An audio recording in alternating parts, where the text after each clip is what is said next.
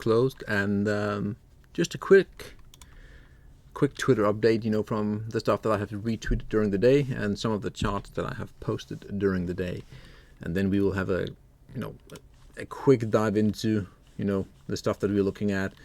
Basically not the most exciting day overall. Tech doing well, but I think that's roughly about it. Maybe AI did well. I haven't really been checking. So yeah, let's see here what's happening.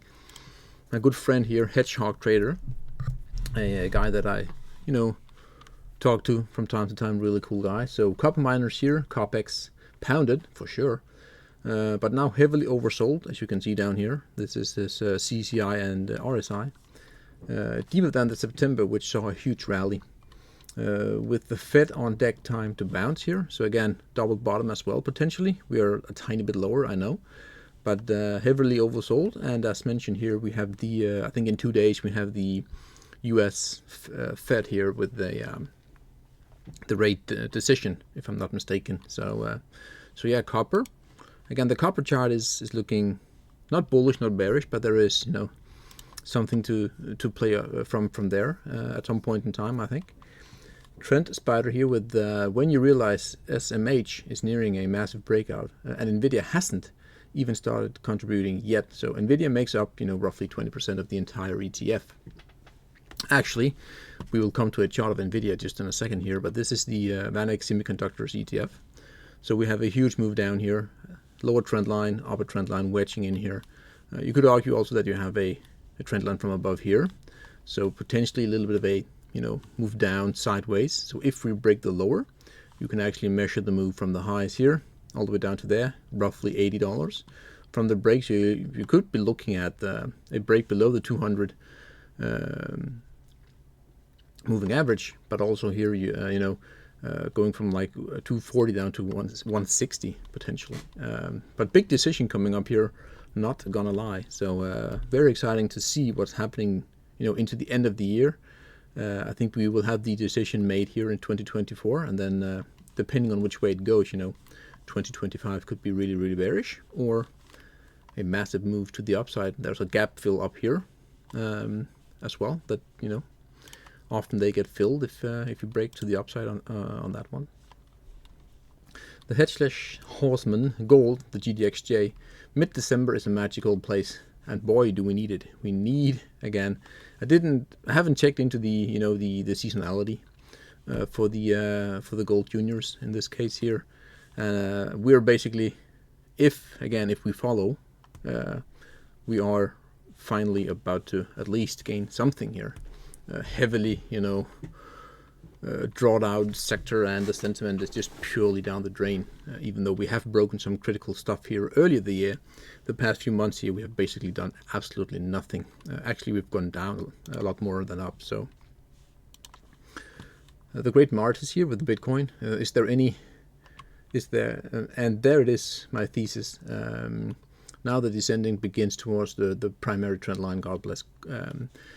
This is, again, personally, I always use log scale. It doesn't matter what time frame I'm on here, but from a nominal scale here, you are into resistance. But again, however, something that moves this fast up and down, you might want to use a log scale. But again, on the nominal scale, you are into resistance, and I think if you measure here as well, I think you have reached the target. I'm not quite sure, to be honest, but yeah, definitely interesting to see if the nominal scale, you know, has anything to say here. One thing I will note is that you have the, you know, three little peaks here. You know, we have a huge rally, and then you have these marginal, well, not marginal, but you have these spikes, and often that is, you know, a local top. So I wouldn't be surprised if, you know, somewhere around here we start to see a move down on the Bitcoin chart. Not crashing, I wouldn't say, but yeah. Again, here Germany has joined the party. The German yield curve has uninverted. This is the 10-year, the 3-month divided by the 10 years. So again, just like we saw on the American one, I think we are going to pause here, bounce a little bit. But overall, it is getting, you know, not the best views here for the good Germans as well. I know personally that the German from the company that I work in, that that Germany, in our sector at least, is heavily struggling. So that's, you know, the reason here we are heading into that nasty recession, which will happen at some point in time here. No question about that. So Bikoff analytics, even a close-up view on the level on BTC, that's Bitcoin, recently broke out. Would you be concerned about this volume on the current bar? So he's talking about this little doji here, at least when this was posted. You have a doji there, massive volume here compared to basically the past few. Massive is a big word, I know, but higher volume than the last, 14 days. I'm not concerned about the volume per se. The only reason I will be concerned if we start to get back below the breakout point at roughly, 104. Then all of a sudden, I think the volume of the candle comes into play. Also, given the candle, the shape of the candle plus the volume. But not until then. We basically need to take out 104 or the low of the of this mega candle here from yesterday. At that point, I would say, yeah, it's a problem. Great Martis again here with gold, short term 3K. So again here he has this little rising channel here with the broadening structure, and if we are bouncing here, at least from the broadening, you have a move up to there, roughly 3K. My target is just north of 2,900. Again, 3K at that point in time becomes a magnet, right? Even number, and from 2.9 to 3K, you're only talking 3% roughly. So, I mean, I wouldn't be surprised at all to see 3K if we are getting, close to that. But yeah, also, of course, if we start to break the channel to the downside, we are having more, prices to the downside. Here you have basically a little bear flag in the making as well. So you're talking 2,500 if we break this bear flag that is potentially evolving here, or has evolved. Again, you could be talking move to the lower trend line here also. Silver bar here, DXY. I don't look at the UUP that much, very rarely to be honest, but maybe I should. But I just found it interesting here that we have a gap fill on the Dixie here, and we have a little bit of somewhat of a nasty candle here. Not totally nasty, but it could be, the start of a reversal. But until then, the Dixie overall, long-term wise, is still very strong. To be honest, it is definitely the strongest of the fiats at the moment. So Tesla here with the wave 3 of the bull market broke out above the 1.618 extension of wave 1, roughly 460. The next target is around 500. So 500 around December by Cycles fans here. So that is his take on things, 500.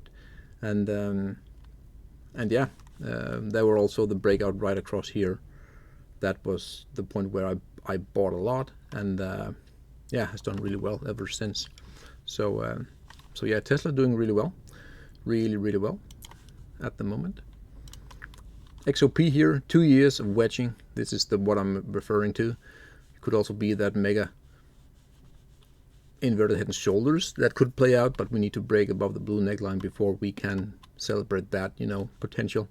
But either way we break here to the downside or to the upside, it's going to be, you can make money either way. That is very sure here. Oh, the NVIDIA chart. Yeah, I want to show you this one here. Again, the week is still young.